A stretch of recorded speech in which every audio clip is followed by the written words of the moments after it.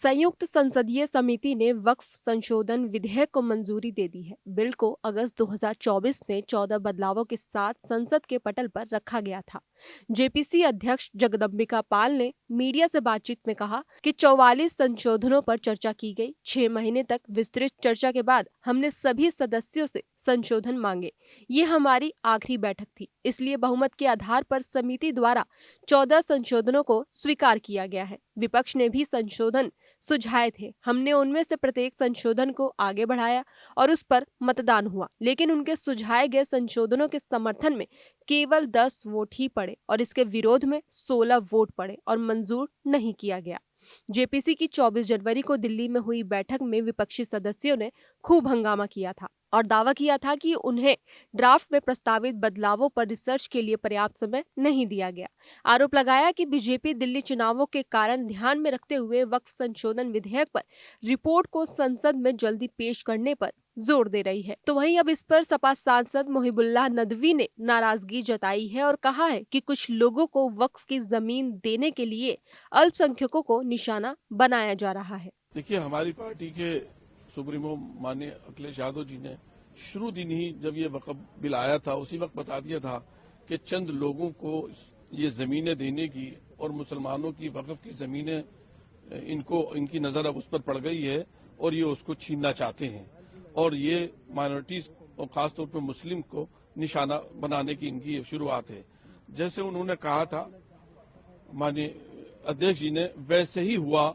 आज 6-7 महीने की पूरी एक्सरसाइज के बाद वो सब बेकार चीजें चली गई और इन्होंने जिस तरह से नंबर उसमें डाले थे, मेंबर ऑफ नंबर, उस वोटिंग पर हम चाहते थे कि क्लाउज बाय क्लाउज जो है वो डिस्कशन हो, उसमें ये हार रहे थे।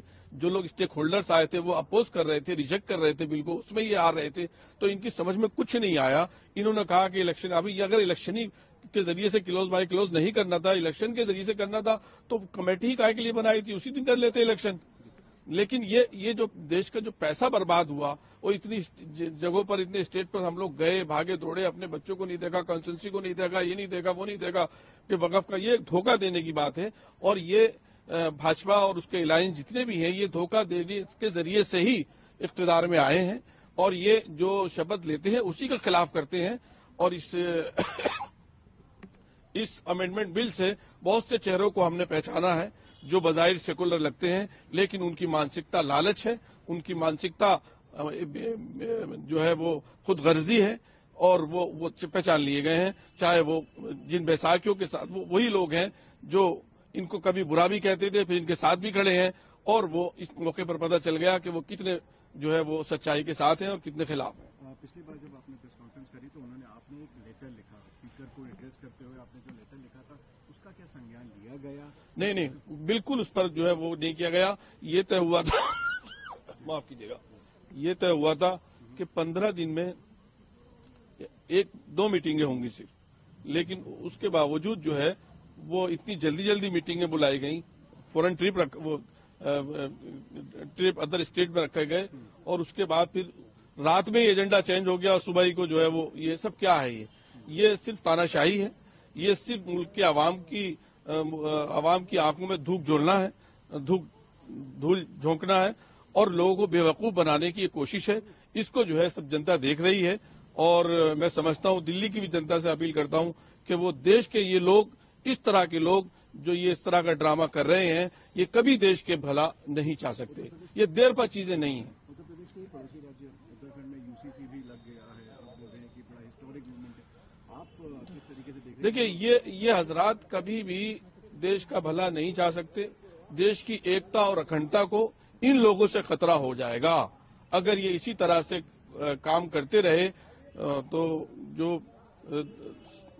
दूसरे वर्ग के लोग हैं, जब उन्हें ये लगेगा कि वो उनका हक मारा जा रहा है, संविधान में उनके लिए जो हकूक दिए गए उसको खत्म किया जा रहा है, तो जाहिर सी बात है वो प्रोटेस्ट करेंगे। तो वहीं इधर कांग्रेस सांसद इमरान मसूद ने भी इस पर आपत्ति जताई है और कहा है कि जिस तरह से जेपीसी की बैठक में काम हुआ है उसे इतिहास याद रखेगा। ये लोग वक्फ को बर्बाद करने का कानून ला रहे हैं, वक्फ पूरा बर्बाद हो जाएगा। अगर ये वक्फ का प्रबंधन करने के लिए कुछ लेकर आते तो पूरा देश उसका साथ देता, लेकिन ये वक्फ को पूरी तरह से बर्बाद कर देगा। बहुमत का मतलब ये नहीं कि आप विपक्ष को कुचल दो, उन्होंने कहा कि हम सुप्रीम कोर्ट तक लड़ाई लड़ेंगे। इस बैठक में सबके चेहरे बेनकाब तो हो गए, आज टीडीपी और जेडीयू के चेहरे भी सामने आ गए हैं। बता दें कि जेपीसी का कहना है कि इसकी मसौदा रिपोर्ट को 28 जनवरी को सर्कुलेट किया जाएगा, जबकि 29 जनवरी को इसे आधिकारिक तौर पर अडॉप्ट किया जाएगा।